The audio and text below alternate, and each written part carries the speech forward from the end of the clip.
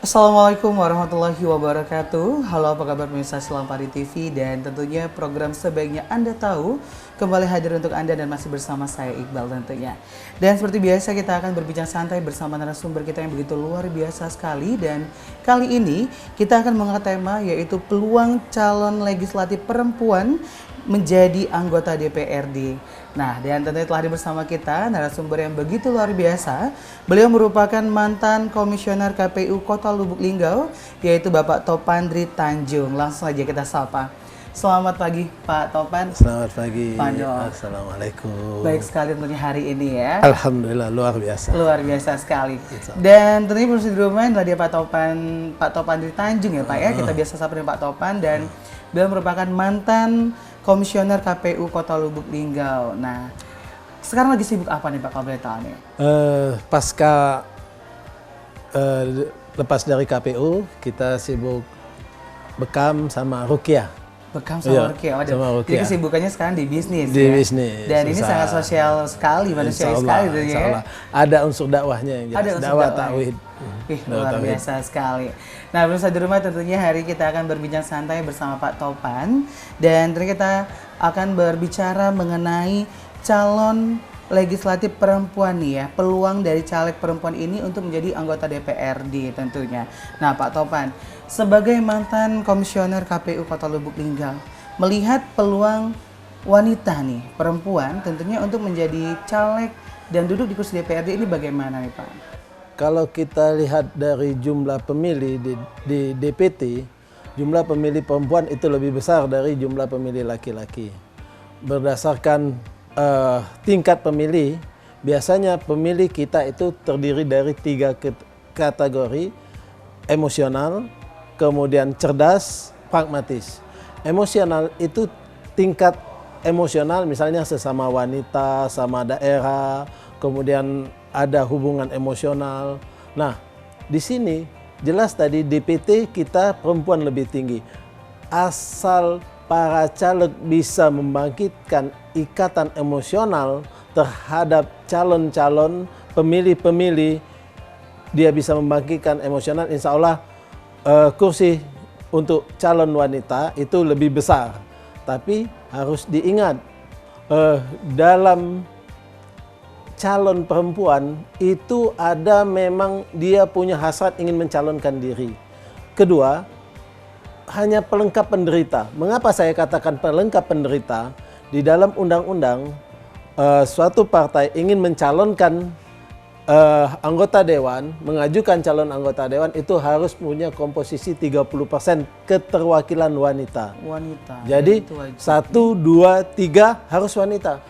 4, 5, 6-nya harus wanita. Nah, itu wajib. Jadi partai berlomba-lomba mencari caleg perempuan.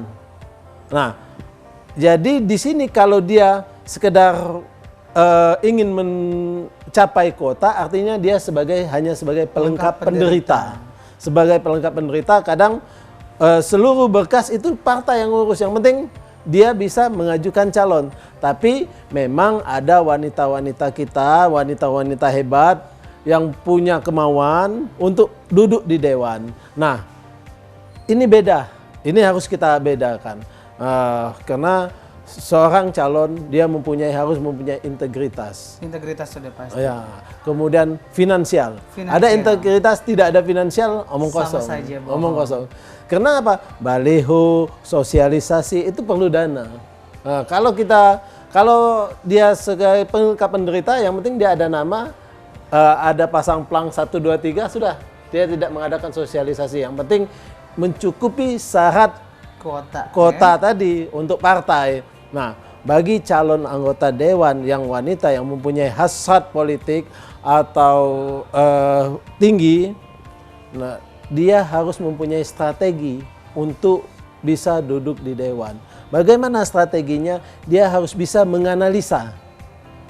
Pertama, tadi, dia harus tahu pemilih cerdas. Orang pemilih cerdas, dia memilih berdasarkan kemampuan calon yang ingin dipilih. Harus menjual visi, misi, program. Kemudian baru citra calon. Kemudian selain itu juga, kalau dia sudah punya menjual itu, dia harus bisa meyakinkan orang. Meyakinkan orang bagaimana caranya bangkitkan emosional kewanitaan. Bahwa gender itu harus dibangkitkan.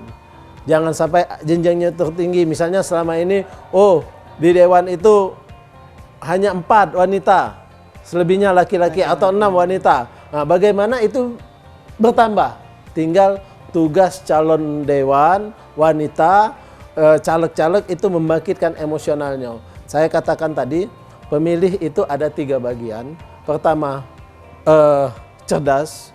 Pemilih cerdas, orang yang memilih berdasarkan kemampuan dan integritas. Kedua, emosional. Ketiga, pragmatis. Pragmatis itu sesaat.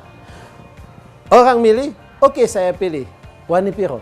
Itu tidak bisa kita pungkiri. Ya? Wani piro. Misalnya, kadang kala kita walaupun dia sama keluarga, dia tetap, masih wani piro.